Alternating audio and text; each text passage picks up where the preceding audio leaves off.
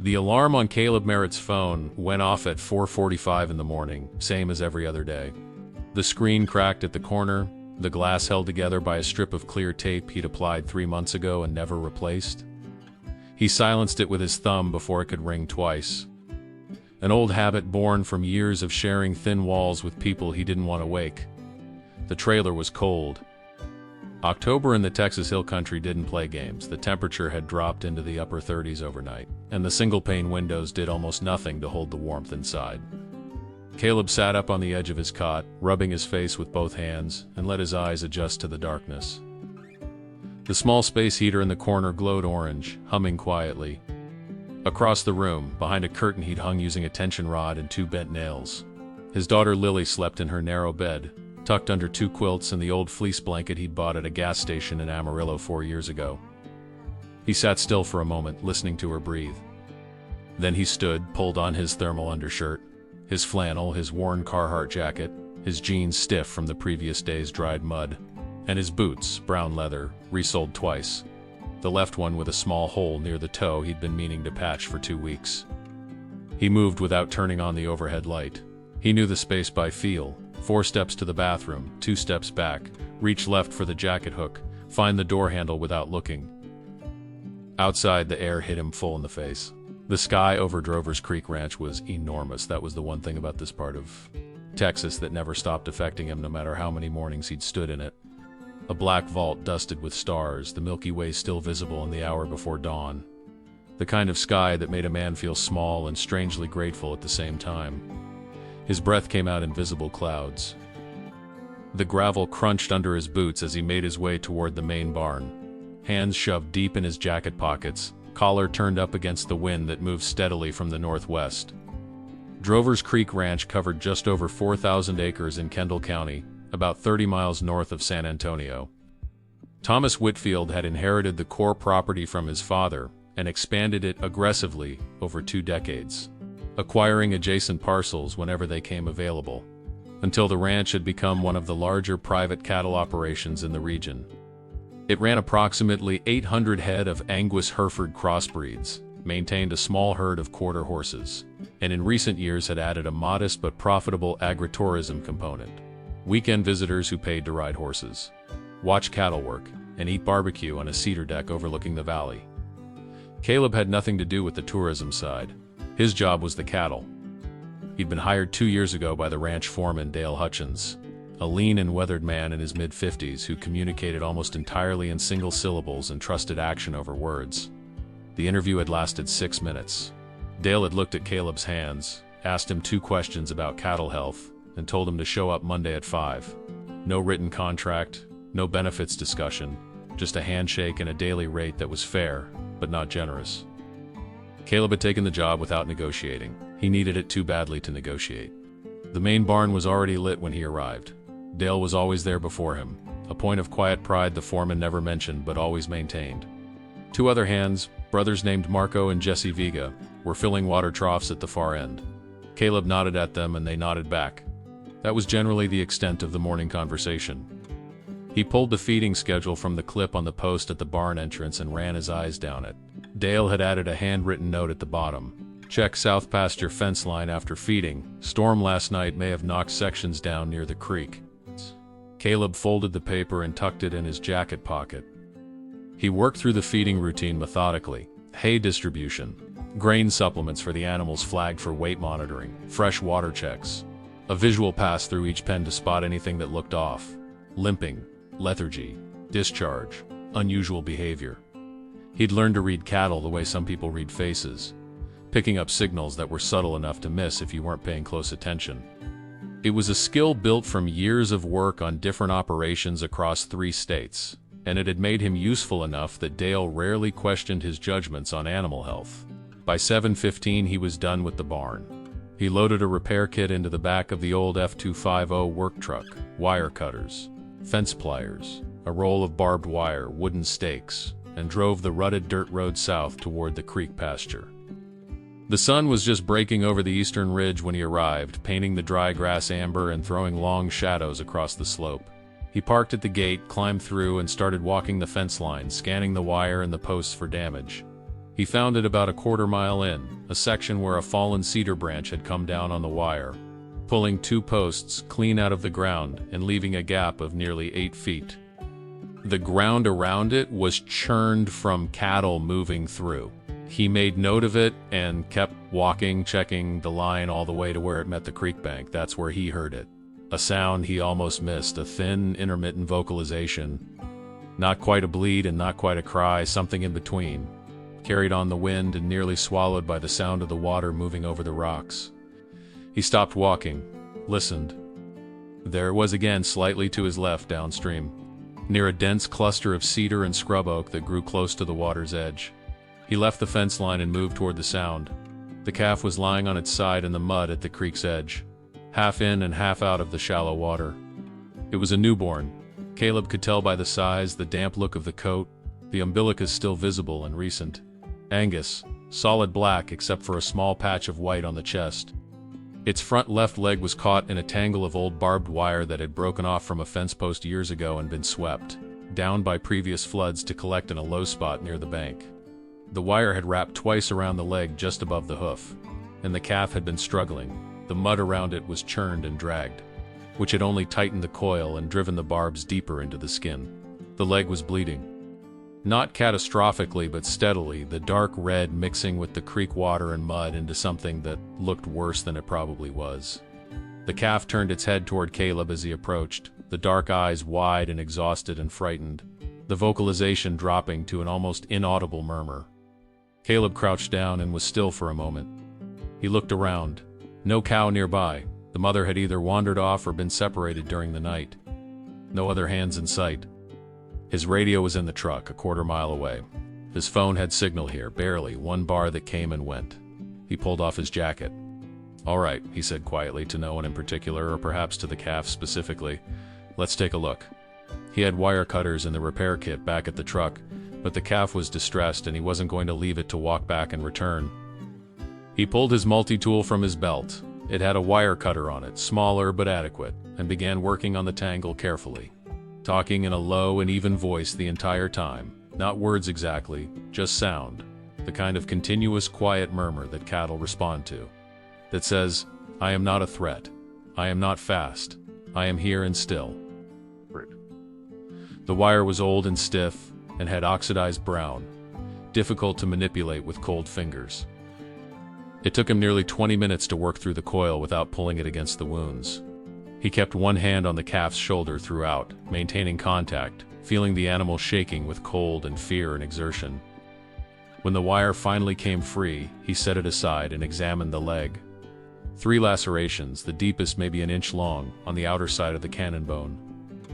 None of them deep enough to threaten the tendon as far as he could tell, but they needed cleaning and they needed to stay clean, and the animal needed to be warm and dry. The creek water was cold, the calf was wet from the chest down. Caleb looked at his jacket on the ground beside him. It was his only work jacket, a Carhartt he'd owned for 3 years. The one with the torn right sleeve he'd sewn back with upholstery thread. He picked it up, shook the mud off the outside and wrapped it around the calf's body, tucking it under as best he could. Then he picked the calf up. It weighed somewhere around 60 pounds, he estimated. Light for a calf, but not nothing, especially carried in arms rather than over his shoulder because of the leg injury. He adjusted the animal against his chest, one arm under the hindquarters and one supporting the chest, the calf's head near his shoulder, and started walking back toward the truck. The ground between the creek and where he'd parked was rough, uneven, scattered with rocks, crossing 2 shallow drainage channels cut into the slope. He moved slowly, watching his footing, keeping his balance. The wind off the ridge was cutting through his flannel like it wasn't there. He could feel the cold working into his shoulders and arms. He talked to the calf the whole way. Not instructions, not anything that would make sense to anyone listening. Just a voice, steady and low, saying, "You're all right, we're moving, it's okay, I got you." It took him close to 40 minutes to cover the distance back to the truck. He laid the calf carefully on a moving blanket in the truck bed, tucked the sides of his jacket around it again, then got behind the wheel and turned the heat to maximum. He drove back to the barn. What Caleb Merritt did not know and would not know for another 9 days was that Thomas Whitfield had installed a network of 12 wireless trail cameras across the south and west sectors of the ranch 6 weeks earlier.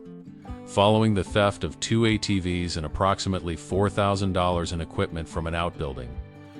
The cameras were motion-activated, capable of recording in color during daylight and in infrared at night, and they uploaded automatically to a cloud storage account that Thomas checked from his office in San Antonio, where he spent most of his time managing the ranch's finances and his other business interests. Camera number 7 was mounted on a cedar post 8 feet above the ground, aimed at the creek crossing at the south pasture. It had a field of view that covered approximately 60 feet in each direction along the bank. It had recorded everything. Dale Hutchins was at the barn entrance when Caleb pulled in. He looked at the calf in the truck bed, then at Caleb in his flannel with no jacket, then back at the calf. "Creek?" Dale said. "Wire tangle, South Bank, newborn, maybe 6 hours old." Dale climbed up and examined the leg without touching the jacket. "Whose jacket is that?" "Mine." Dale didn't say anything for a moment. "Then, get the med kit. We'll clean those cuts." They worked on the calf together for the next hour, cleaning the wounds with betadine, applying antibiotic ointment, wrapping the leg loosely with a clean bandage, getting the animal under a heat lamp in the sick pen with fresh hay and a bottle of colostrum. The calf was weak but responsive. By the time they finished, it was holding its head up and looking around. "Should make it," Dale said. Caleb nodded. He was shivering slightly. He hadn't mentioned that to Dale. "Go get a coffee," Dale said, which from Dale was roughly equivalent to a speech of concern. Caleb went and got a coffee. He didn't tell anyone the story. Not the Vega brothers, not the other 2 seasonal hands who were working the ranch that month, not anyone. It wasn't that he thought the act was notable, it was simply that in his experience, the things you did when no one was watching were the things that defined you privately, and the moment you told someone, they became something else, a performance, a credential. He didn't want that. He went home that evening at 6, showered the mud off in the trailer's narrow bathroom, and made grilled cheese sandwiches for himself and Lily, who was 8 years old and had very specific opinions about the ratio of cheese to bread and the correct level of crispiness for the outside. "Too brown," she said, examining her sandwich with the focused scrutiny of someone much older. "That's called character," Caleb said. "That's called burned." He conceded the point and made her a new one.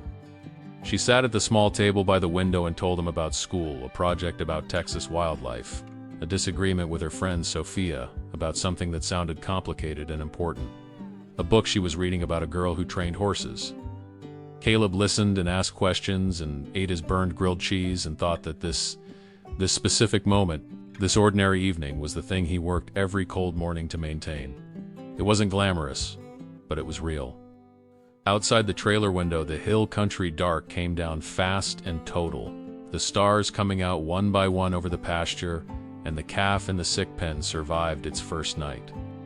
Thomas Whitfield was 51 years old and had the posture of a man who had spent his life being taken seriously. He was tall, lean, in the way that suggested discipline rather than genetics, with gray beginning to show at his temples and a face that had been shaped by decades of outdoor work followed by decades of boardroom negotiations, weathered at the surface, controlled underneath.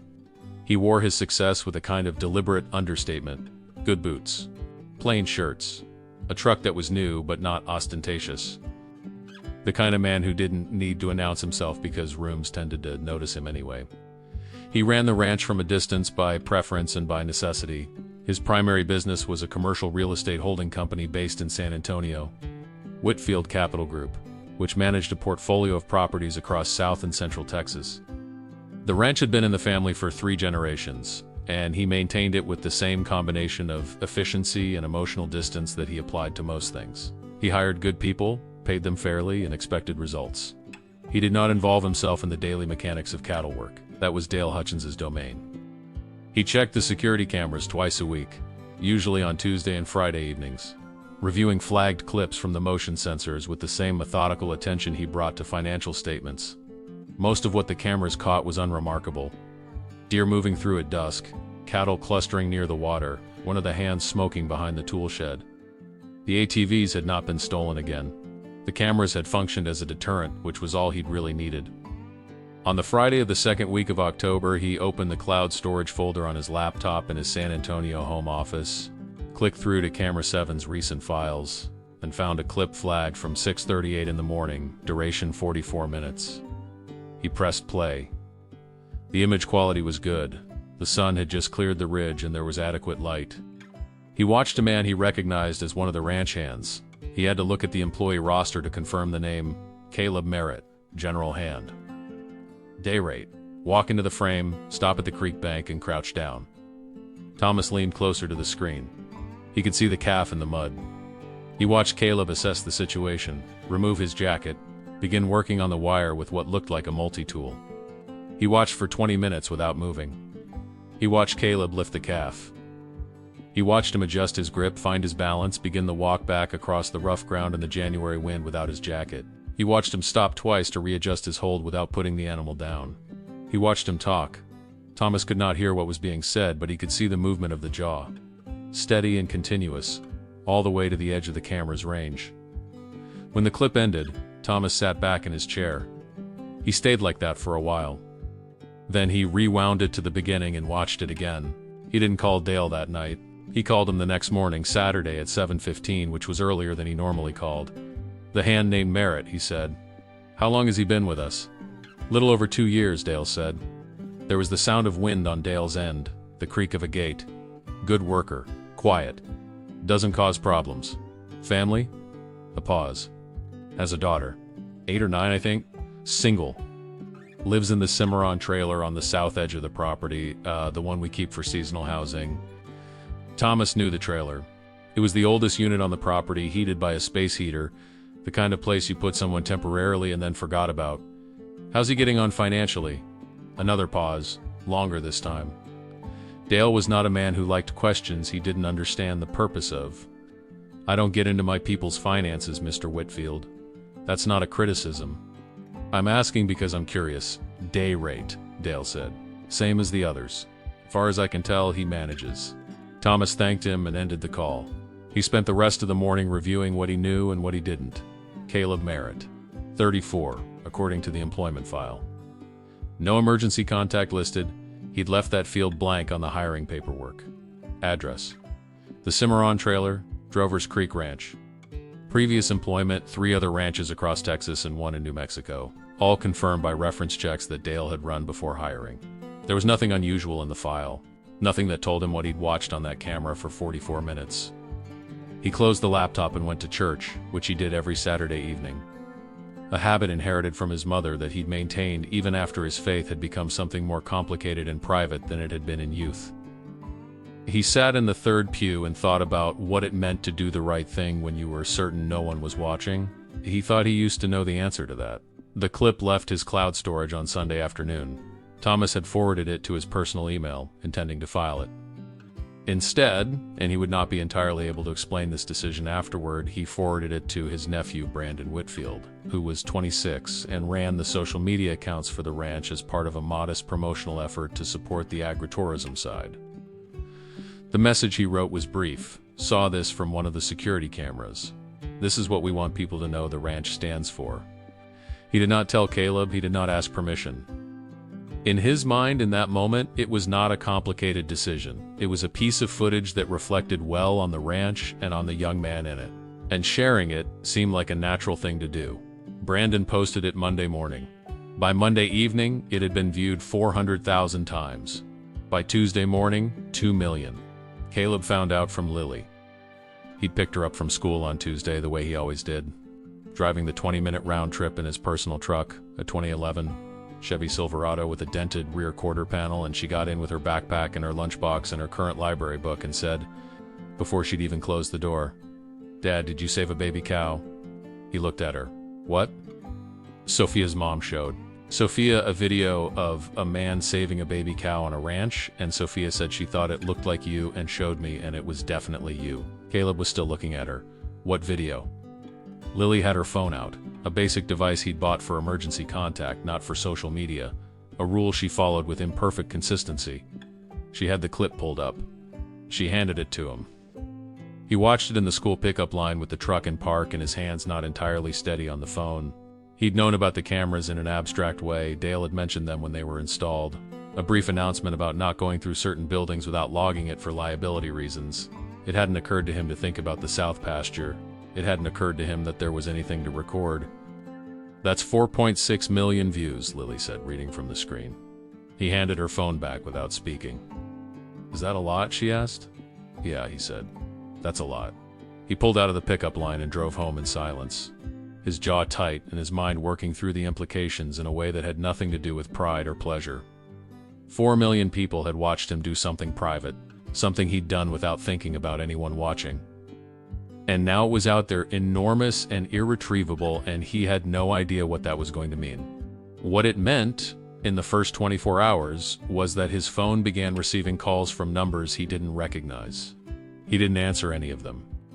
He had one voicemail from a reporter at a San Antonio television station, and another from a woman who identified herself as a producer at a morning show based in Austin, and a third from someone who simply said they wanted to say thank you and didn't explain further. He deleted them all. On Wednesday morning, he arrived at the barn at his usual time, and Dale was waiting for him at the entrance, which was unusual enough that Caleb felt his shoulders tense before he'd said a word. Whitfield wants to talk to you, Dale said. When? Today. He's driving down from the city. Caleb nodded. Am I in trouble? Dale looked at him for a moment with something that might have been amusement if it hadn't been Dale. No, he said. I don't think that's what this is. All right, Caleb said. He went to work. Thomas Whitfield arrived at 3 in the afternoon in a silver F-350, clean and late model, parking outside the main barn with a precision that suggested familiarity with the space. He was wearing work clothes today, proper ones. Boots and jeans and a ranch jacket rather than the business clothes. Caleb had seen him in on the 3 previous occasions they'd been in the same space, which were brief and without direct conversation. Dale introduced them formally, which felt strange given that Caleb had worked the man's land for 2 years. Mr. Merritt, Thomas said, extending his hand. Sir, Caleb said, shaking it. They stood outside the barn in the afternoon light. The wind had eased for once, and the sky was that particular shade of pale blue that shows up in Texas in the weeks after the first real cold arrives. I owe you an apology, Thomas said. He said it directly, without preamble, which Caleb hadn't expected. I shared that footage without asking you. I didn't think through what that would mean for you personally. That was wrong, and I'm sorry for it. Caleb looked at him for a moment. Okay, he said. Is there anything you need? From the attention, from the calls, is there anything that's become a problem that I can help with? I'm not answering the calls, Caleb said. That's your right. A pause. Caleb looked at the ground and then back up. The calf doing all right? Something shifted in Thomas Whitfield's face, a loosening, very small around the eyes. Dale tells me it's doing well. Another week and it should be back with the herd. Good, Caleb said. They stood in the quiet for another moment. I'd like to have a longer conversation with you sometime soon, Thomas said. About your situation here, your living arrangements, and your compensation. I've been looking at some things and I think there's room for improvement. Caleb's jaw tightened slightly. He was someone who had learned through enough experience to make the lessons stick, to be cautious about things that sounded like they were offered freely. I'm not looking for charity, he said. It's not charity, Thomas said. It's a correction, there's a difference. Caleb looked at him for another moment, reading the man's face the same way he read cattle, looking for signs, for tells, for the small signals that indicated what was actually underneath. What he found was not warmth exactly, but something that appeared to be honesty. All right, he said again, we can talk. Thomas nodded. He shook Caleb's hand again, said something brief to Dale, and drove back up the road toward the highway. Caleb watched the truck go. Marco Vega appeared at his shoulder. What was that about? Work stuff, Caleb said. Marco looked at him. You're terrible at being famous. I'm not famous, Caleb said, and went back to work. But he just didn't know yet what it was going to cost him. The internet moves in waves, and the wave that had picked up Caleb Merritt crested midweek and then began, as waves do, to pull things up from the bottom as it receded. By Thursday of that week, 5 days after the clip was first posted, the video had accumulated 11 million views across multiple platforms, had been picked up by national news aggregators, and had generated a cycle of commentary that ranged from genuine warmth to the inevitable snark of people who had decided the story was too clean to be trusted. Several accounts had begun posting the clip with captions emphasizing different elements: the sacrifice of the jacket, the distance walked, the tenderness of the voice Caleb had used with the calf that no one could hear but everyone could see. A freelance journalist named Karen Ostrowski, who worked primarily in human interest pieces for a regional Texas magazine, had put Caleb's name into a search engine. What she found had appeared in public records 6 years earlier, a plea agreement in Bayard County, a charge of aggravated assault reduced to simple assault, a sentence of probation and mandatory counseling, fully served. The incident had involved a man named Derek Holt, whom Caleb had struck outside a bar in San Antonio. Derek Holt, according to the police report Karen had pulled, had at the time been in a relationship with Caleb's then-girlfriend, a woman named Andrea Celine, who had called Caleb from a parking lot, claiming she was frightened. The responding officer's notes described the situation as domestic adjacent, but Caleb had not been treated as anything other than the aggressor in the charging documents. Karen Ostrowski did not publish a character assassination. She was a careful journalist. She published a nuanced piece, 2,000 words, titled "The Man Behind the Viral Calf Video, A More Complicated Story," which acknowledged the tenderness of what Caleb had done and then presented the assault record as context, with quotes from a legal expert about the frequency of charges in situations involving protective response and the disproportion of the record given what was described. It was a fair piece by the standards of journalism. It did not matter. Social media is not fair. By Friday morning, the article had been stripped of its nuance, and the assault record had taken on a life of its own. New captions appeared on reposts of the original video. Comment sections turned. The phrase "he has a history of violence" appeared in threads that had nothing to do with the original article. Caleb didn't follow any of it online. He didn't have social media accounts. But he found out about the article the way he found out about most things he didn't want to find out, from the behavior of the people around him. The Vega brothers were quieter than usual on Friday. Not hostile, just careful. The way people get when they know something and haven't decided whether to say it. His phone had 42 missed calls by Friday afternoon. A mix of the original media inquiries and now something different. Some numbers called repeatedly, some with voicemails that began with the words, "I saw what you really are." He sat in his truck in the parking area behind the barn and listened to 3 of them before he stopped. His hands were on his steering wheel, and he was looking at the middle distance past the windshield at the pasture where the late afternoon light was coming in flat and golden. He was not a man who cried easily or often. He had trained himself out of it at a young age, in environments where it was not safe. But there was a specific kind of grief that lived in the chest rather than the eyes, a heaviness that settled like pressure when you understood that the truth of who you were was not something you could simply present to the world and have accepted, because the world needed a story that was easier than truth. And once they'd decided which one they wanted, the truth had almost no chance of breaking through. He thought about Andrea Celine. He hadn't thought about her in over a year, which had taken considerable effort to achieve. She had been the great mistake of his life, or perhaps more accurately, she had been the lens through which all his other mistakes had been focused and magnified. He had loved her badly, too urgently, too without reserve, in the way that people love when they haven't yet learned to protect themselves. And Derek Holt had been the night that everything broke. The call from Andrea's phone.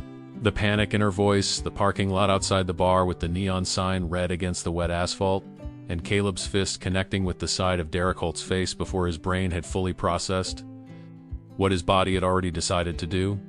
He had been wrong to do it. He knew that then, and he knew it now. It had been a reaction born of fear and helplessness and the primitive certainty that someone he loved was in danger, but it was still a choice. Still a strike delivered in anger, still something that left a man's nose broken and a record on Caleb's name that would never entirely go away. What the article didn't say, what the comments couldn't know, was that Andrea had not thanked him. She had gone back to Derek Holt within the month. Caleb had served his probation alone, had attended the counseling sessions alone, had rebuilt his life alone.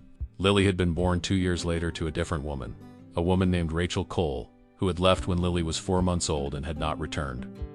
He was raising his daughter alone. He was trying to be someone she could be proud of. And now the internet had decided who he was. He came home at 6 and found Lily at the table doing homework, but she looked up at him when he came in and her face told him she knew something was wrong. "Dad," she said, "some kids at school said things today." He sat down across from her. "What kind of things?" She looked at her notebook. "About you. About something that happened a long time ago." She paused. "Sophia's mom said you were dangerous." The word landed in the room between them. He breathed. "Do you want to ask me about it?" he said. She looked up at him. She had her mother's eyes, dark brown, wide set, with an unsettling directness that made it impossible to hide anything from her if she decided she was looking for it. Did you hurt someone? Yes, he said. A long time ago. I made a bad choice and I hurt someone and I went to court and I was punished for it and I worked very hard to be different after that. He paused. I'm not going to tell you it was completely wrong. I was scared for someone and I acted before I thought, but it was still wrong and I knew it was wrong. Lily was quiet for a long time. Are you still like that? She said. No, he said. I don't think so, but I work at it every day. Another silence. Then she said, Sophia's mom doesn't know you. He almost smiled. No, she doesn't. I do, Lily said, and went back to her homework. He sat at the table for a while without moving.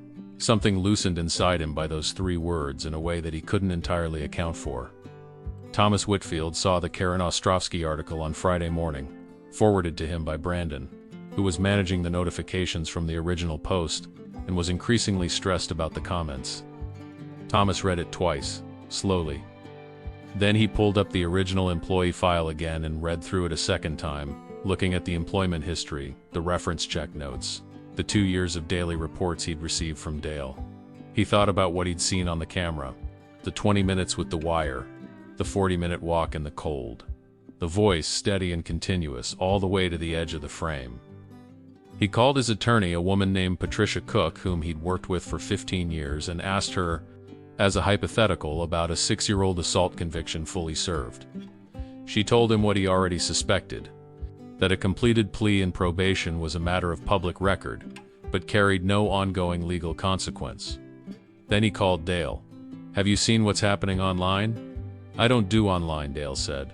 Thomas explained it. A long pause. You want to know what I think? Yes, I think that boy has been handling his business clean for as long as I've known him, Dale said. I think whatever happened 6 years ago, it's 6 years ago. And I think if you're looking for a reason to let him go, you're looking in the wrong place. Thomas hadn't said anything about letting him go, but he understood why Dale had gone there. Not looking for a reason to let him go, Thomas said. I'm trying to figure out how to help. Another pause from Dale. That's a new direction, he said. Thomas laughed once, short and surprised. Yes, he said. I suppose it is. On Saturday morning, Thomas drove back to Drovers Creek Ranch. Not because there was ranch business that required his presence, but because he had decided that some things needed to be done in person. He found Caleb in the north pasture, replacing the damaged fence posts from the storm with no assistance and no complaint.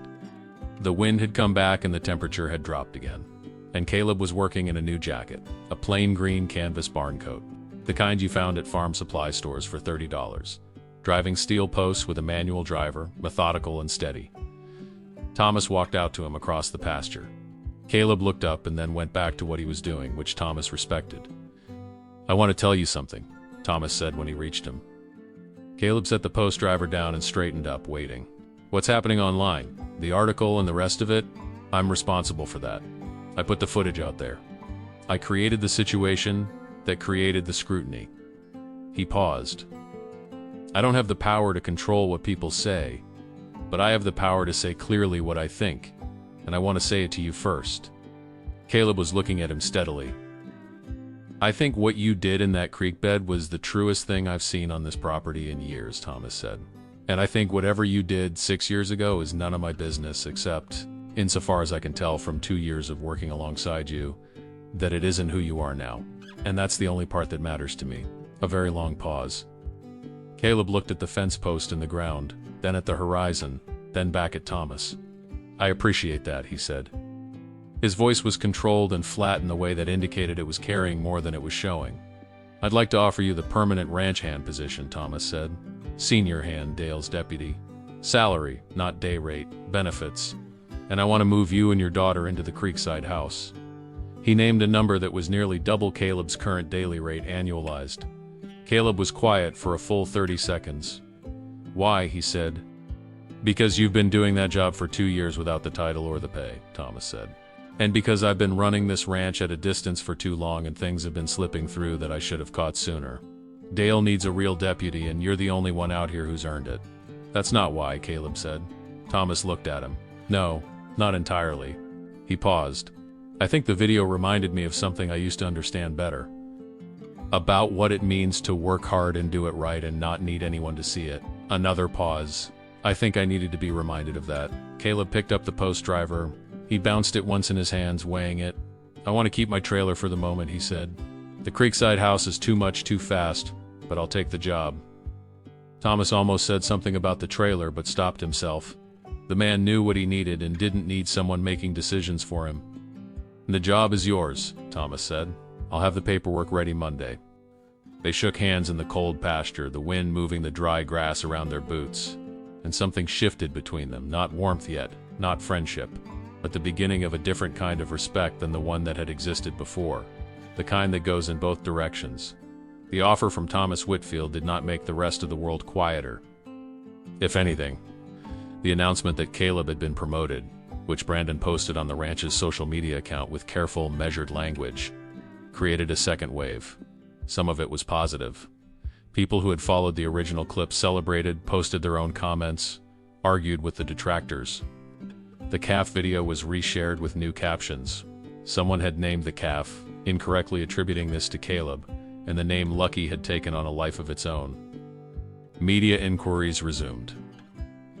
But Derek Holt, who was now 38 and living in Houston and working in commercial insurance, had found the Karen Ostrowski article. And Derek Holt had decided, after 6 years of silence, that this was a moment. He gave an interview to a Houston television station. He had prepared for it, or been coached for it. His account of that night was organized and emotionally calibrated in a way that struck several viewers as rehearsed and struck others as entirely authentic.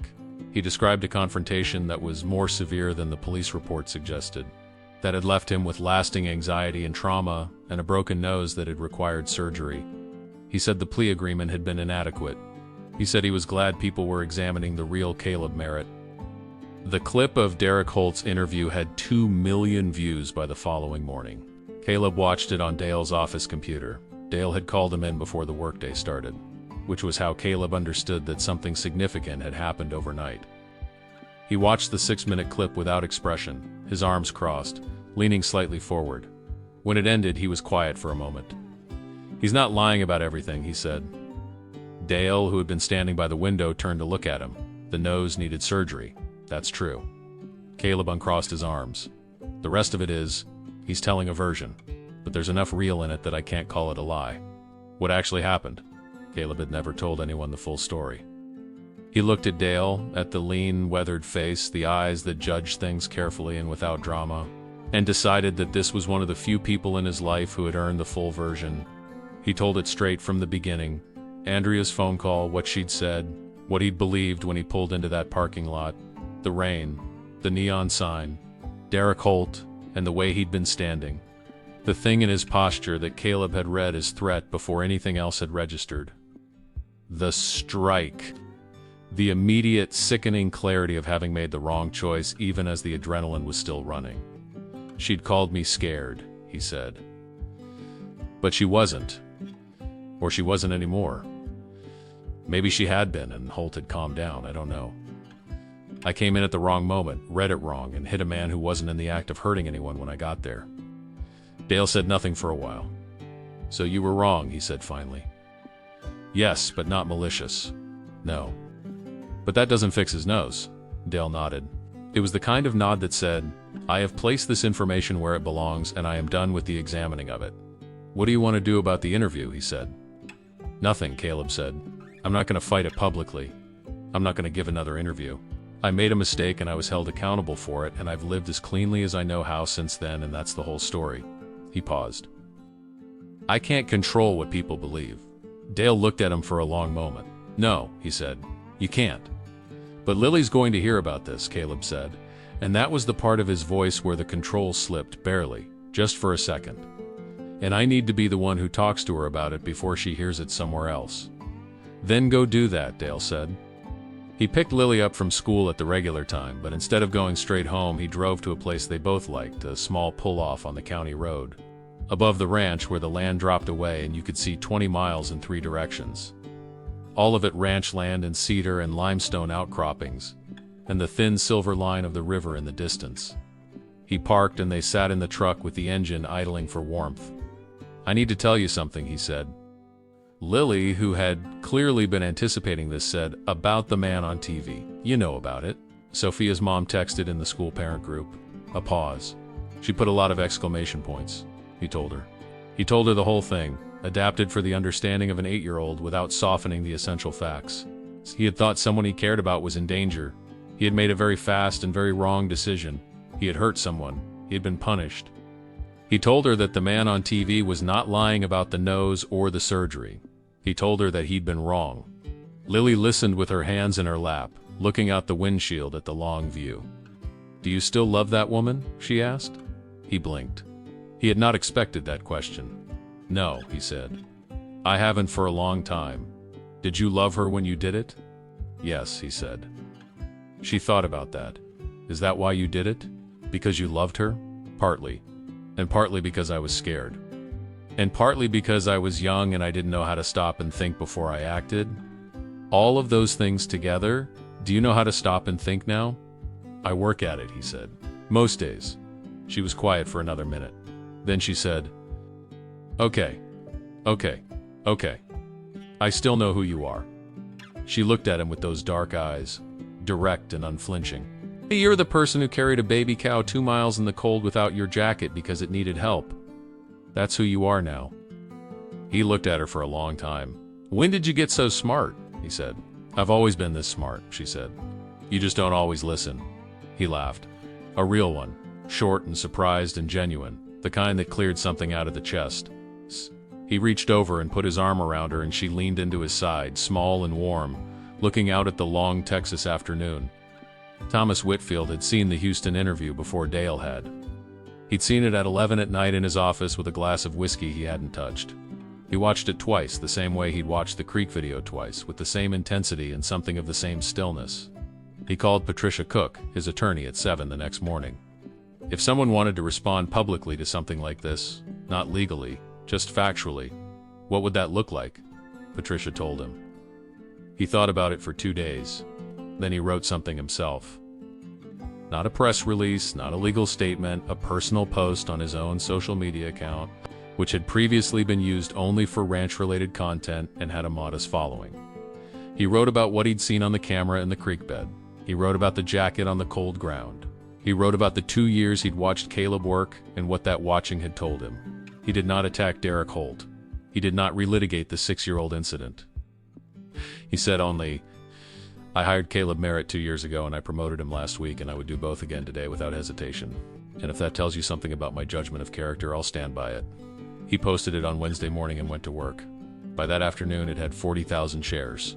The person who called Caleb on Thursday was not a journalist. He almost didn't answer. Unknown number. He'd been declining them for 2 weeks.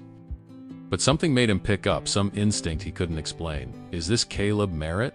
A man's voice, older, with an accent Caleb couldn't immediately place. "Who's asking?" "My name is Everett Cole," the man said. "Rachel's father." Caleb went very still.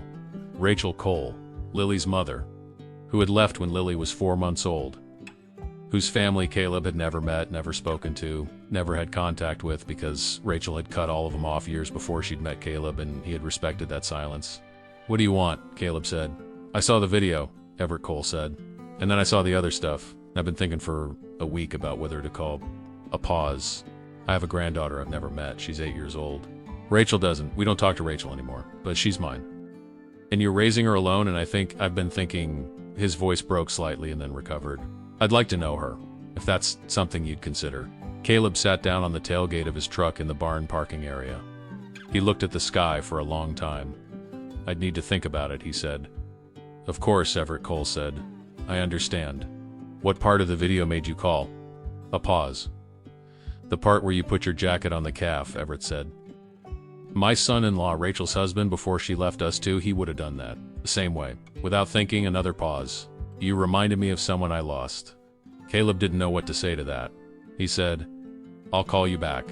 He sat on the tailgate for a long time after the call ended, the phone in his hand, looking at the number on the screen. He was not accustomed to things arriving in his life that seemed like gifts without catches. He was a man who had learned to wait for the catch, who had been burned enough times to approach generosity with suspicion. But there was something in the old man's voice, the way it broke and then recovered. The thing he'd said about losing someone that sat in Caleb's chest without the familiar weight of warning. He put the phone in his pocket and went back to work, but he saved the number. November came in quietly, the way it does in the hill country, the heat finally gone, the light going golden amber in the afternoons. The night's genuinely cold now, the stars very sharp and close on clear evenings. The pecan trees along the creek had gone yellow. The cattle had settled into their fall routine, calmer, eating steadily, putting on weight before winter. That had started everything was back with the herd. The wounds had healed cleanly, leaving 2 thin scars on the left cannon bone that would fade over time. Dale had noted it in the health log with his characteristic terseness, calf 114F. Leg lacerations resolved, returned to main herd, no further issues. Nobody had officially named it Lucky, but everyone on the ranch used the name, including Dale, who pretended not to. Caleb had moved into the creekside house. He'd resisted for 3 weeks, citing various practical reasons that were all true and none of them the real reason, which was that he was uncomfortable with things that felt like more than he deserved. It was Thomas who had finally said, without particular drama, "It's part of the job. The deputy foreman lives in the creekside house. You're the deputy foreman. Live in the house." It was the word earn that did it, which Thomas hadn't actually used, but which was implied so clearly that Caleb heard it anyway. The creekside house was a 4-room frame structure built in the 1970s. Updated twice since, sitting on a slight rise above the creek with a covered porch facing west, and a yard with 3 large live oaks.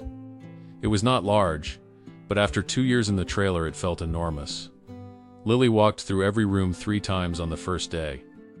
She stood in the kitchen and turned in a slow circle and said, "We have a dishwasher." "Yes," Caleb said. "I've never had a dishwasher, I know." She turned in another slow circle. "Dad," she said, and her voice had something in it he couldn't immediately name, a kind of careful wonder. The voice of someone who has learned to want things modestly and is confronting something larger than they'd prepared for. "Yeah," he said. "This is ours? As long as I'm working here." She walked to the window and looked out at the yard with the live oaks. "Can we get a dog?" He had not expected that immediate pivot. Eventually, he said. "How eventually?" "Spring," he said. She accepted this with serious deliberation, the way she accepted all major decisions, and immediately began naming hypothetical dogs.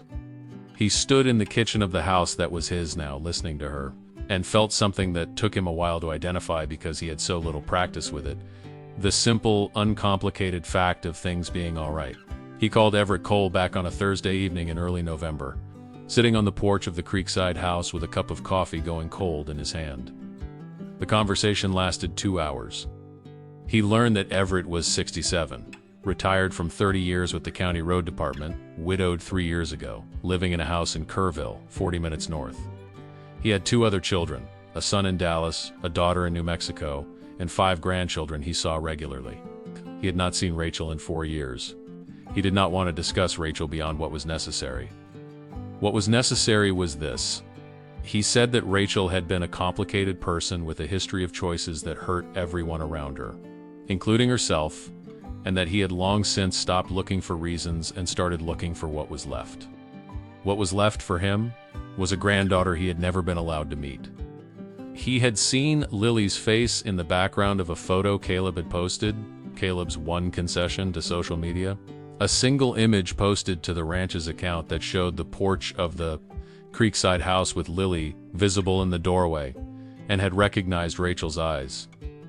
He said, "I'm not asking for anything complicated. I'm just asking for a chance." Caleb was quiet for a long time. He was a man who made decisions slowly and kept them firmly. This one was harder than most because it involved Lily in a way that made the stakes higher than anything that involved only himself. "I need to ask Lily," he said. "Of course," Everett said. "She's 8, but she understands things. I don't make decisions about her life without talking to her." A pause. "That tells me something," Everett said quietly. "She'll have questions," Caleb said. "A lot of them, and they'll be good ones." "I have a lot of time," Everett said. He told Lily the next evening at the kitchen table after dinner with the dishes stacked in the dishwasher that she was still visibly delighted by. He told her about Everett Cole, about his relationship to her mother, about what the man had asked. Lily was quiet for a long time. She was eating an apple, methodically, not looking at Caleb. "Why didn't he find us before?" she asked. He says he didn't know where we were. And your mother, it's complicated. She kept people away, including us. The word hit like a stone dropping into water. Yeah, he said, I think so. More quiet?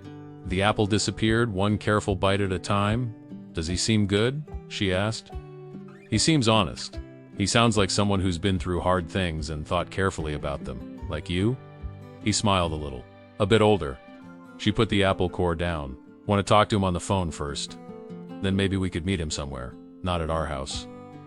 Somewhere with other people around. He looked at her. That's a really sensible approach. I know, she said. I thought about it all day at school. He laughed. Okay, I'll set it up.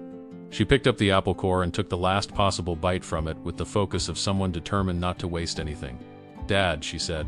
Yeah, if he's good, maybe he could come for Christmas. He hadn't considered Christmas. He looked at the table, at the ordinary domestic surface of it, the dinner plates, the homework folder, the half-full glass of milk, and felt the scope of what was changing. Maybe, he said.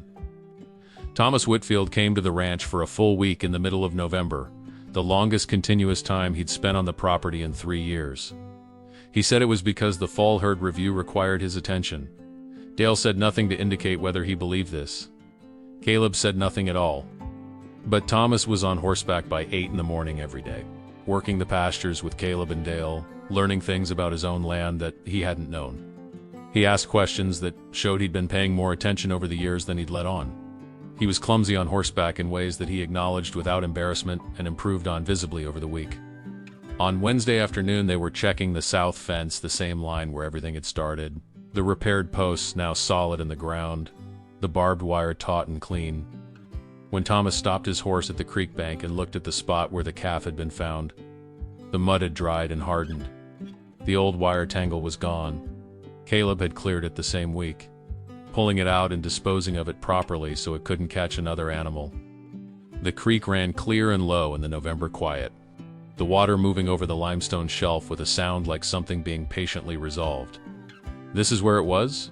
Thomas asked. Right there, Caleb said. In the shallows, against that root. Thomas looked at the spot for a long moment.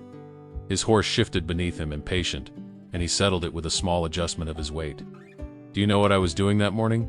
Thomas said. Caleb waited.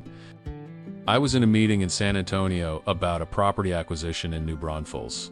Conference table, coffee in a ceramic mug, 4 lawyers in the room. He paused. While you were out here in 38-degree weather, carrying a 60-pound calf 2 miles in a flannel shirt, that's the job, Caleb said. No, Thomas said. The job is feeding the cattle and checking the fence line. What you did was something else. Caleb looked at the creek. It needed doing. That's the whole point, Thomas said. He turned his horse back toward the pasture. That's exactly the whole point. They rode back in the comfortable silence of men who have found, without fanfare or declaration, that they understand each other. The media attention faded the way all media attention fades, not with resolution but with replacement. The next story arriving to push the previous one sideways. By the end of November, Caleb Merritt was no longer a trending topic anywhere. The Karen Ostrovsky article was still findable by anyone who searched for it, and the Derek Holt interview still existed, and the original Creek video still accumulated occasional views from people encountering it for the first time. But the wave had passed. What remained was the life, which was, in its details, both changed and unchanged from what it had been in September. He still woke at 4:45. He still moved through the dark in the pre-dawn hour. Still read the cattle the way he'd always read them. Still drove the fence lines and checked the water levels and noted in his log the small signs of health and trouble that accumulated over any given day. The work was the same work. His hands were the same hands. But he lived in a house with 3 live oak trees in the yard.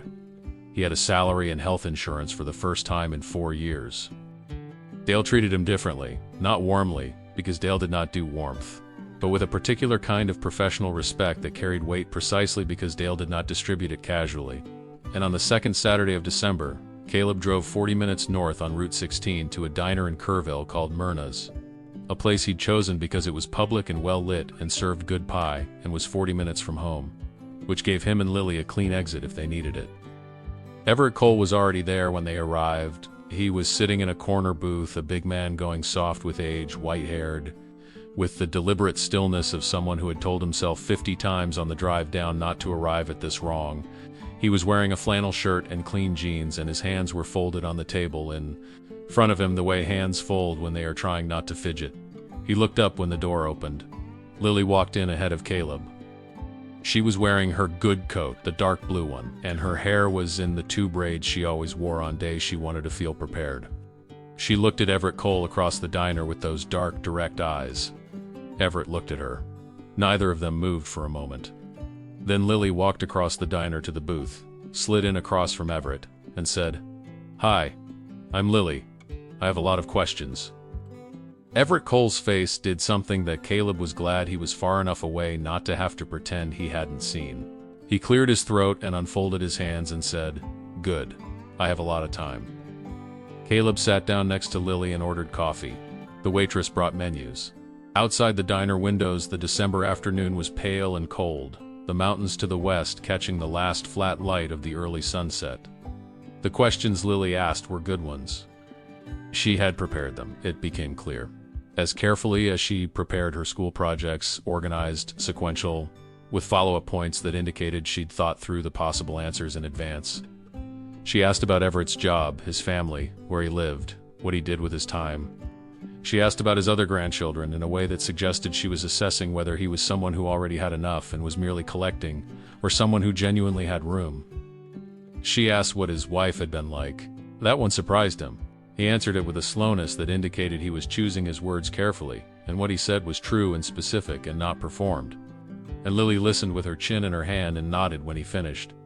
Then she said, "Did she look like my mom?" A pause. A little, Everett said, around the eyes. Lily looked at the table. "I don't really remember my mom," she said. "I was too small." "I know," Everett said gently. "Sometimes I think I might if I try hard enough," she said, "but I think I'm maybe making it up." "That's okay," he said. "I can tell you things if you ever want to know." She looked up at him. "Maybe later," she said. "Not today." "Not today," he agreed. She picked up the menu and studied it with great seriousness. "Do you like pie?" "Deeply," he said. "Me too," she said. "The cherry is good here. I've never been here before, but my dad researched it." "He did?" Everett looked at Caleb. Caleb looked at the menu. The reviews mentioned the pie. Everett smiled. Not a small smile, a real one, the kind that reached everything. "Then I suppose we should order some pie." They ordered pie. They stayed for 2 hours. Lily ate an entire slice of cherry and half of Caleb's apple and explained, at considerable length, the naming project she had undertaken for the hypothetical spring dog. Everett contributed 3 suggestions. 2 were rejected immediately. 1, a border collie mix named after the county road, was considered at length and placed on the list. When they got up to leave, Lily shook Everett's hand. He looked at the small hand in his large one with an expression that Caleb looked away from deliberately. "Same time next month?" Lily asked. Everett cleared his throat again. "Yes," he said. "Same time next month." Christmas came with the particular quality it takes on when a life has recently shifted. The familiar rhythms of the holiday moving through unfamiliar rooms. The decorations finding new places on new walls. Everything the same, and nothing exactly the same. Caleb had put up a small tree in the corner of the living room. Lily had decorated it with the ornaments they'd carried from place to place for 3 years, the ones that fit in a single shoebox, because that had always been the constraint. Whatever they could fit in a shoebox could come with them. There were 11 ornaments. They filled the small tree without filling it entirely, and the gaps between them were just gaps, not absences. Everett Cole came for dinner on the 23rd. He brought a pie from Myrna's Cherry specifically, and a wrapped gift for Lily that turned out to be a book about Texas wildlife with a handwritten note inside that said, "For the next naturalist in the family. Your grandmother would have liked you." Lily read the note 3 times and then carefully tucked it inside the front cover. She showed him her room. She showed him the view from the porch. She showed him, with considerable pride, the dishwasher. After dinner, after Lily had gone to bed, Caleb and Everett sat on the covered porch in the cold with mugs of coffee, looking out at the live oaks and the dark pasture beyond and the enormous sky. "You've done well by her," Everett said. "She's done well by herself," Caleb said. "I just tried not to get in the way." "That's harder than it sounds," Everett said. They sat in the quiet for a while. The creek was audible from here on, still nights, a low, continuous murmur, like something running patiently in the background of everything. Her mother left because she couldn't stay anywhere, Everett said, not looking at Caleb, looking at the dark. It wasn't about you or about Lily. I want you to know that we know that. Caleb was quiet. She was like that from the beginning, Everett said. We tried 100 different things. He stopped. I used to think it was something we'd done. Now I think some people carry something that doesn't have a cause. Does she know about Lily? Caleb asked. She knows she has a daughter, Everett said. What she does with that is up to her. He looked at his coffee. I stopped managing that a long time ago. Caleb nodded. He had made his own peace with Rachel Cole years ago, the way you make peace with something that has no resolution, not by understanding it or accepting it as right, but by putting it in a place where it stopped requiring his attention. Lily didn't need a story about her mother that was either heroic or villainous. She needed the truth, that her mother was a person who had not been able to stay for reasons that were complicated and not about Lily, and that she was loved thoroughly and entirely by the parent who had. Thank you for coming tonight, Caleb said. Thank you for calling back, Everett said. They finished their coffee in the good quiet of two people who have found an unexpected understanding. And inside the house, Lily slept under her quilts with the wildlife book on her nightstand and the note from her grandmother's husband tucked safely inside the cover. New Year's Eve was clear and cold and the ranch was quiet. The cattle settled in the pastures, the barns shut and warm. Caleb drove the south fence line one last time before the year ended, an old private habit. Going back years, the way some people sit with something quiet before a new chapter begins. He parked at the south gate and walked to the creek. The water was low and very clear in the winter light. He stood at the bank and looked at the place where the calf had been. Just a bank now, ordinary, the mud long since gone hard and dry. A cattle egret stood downstream on a flat rock, motionless, looking at the water. He stood there for a while, not thinking in words exactly, but in the way that some reckonings happen, a slow acknowledgement of what has passed and what has changed, and what has stayed the same underneath. What had stayed the same was this. He was still the same man who had crouched in the cold mud 6 weeks ago and begun cutting wire from a frightened calf's leg without any thought of whether anyone was watching. That man had not been created by the video or by Thomas Whitfield's promotion or by Everett Cole's phone call.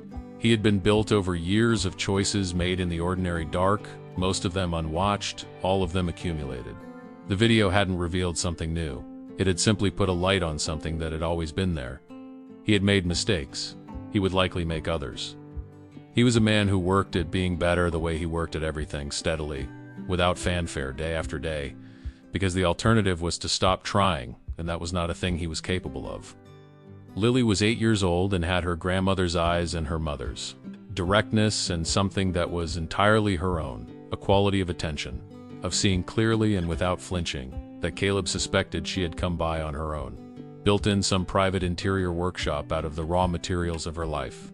She would be fine. He believed that with a completeness that required no justification. The cattle egret on the rock lifted its wings once slowly and then settled again.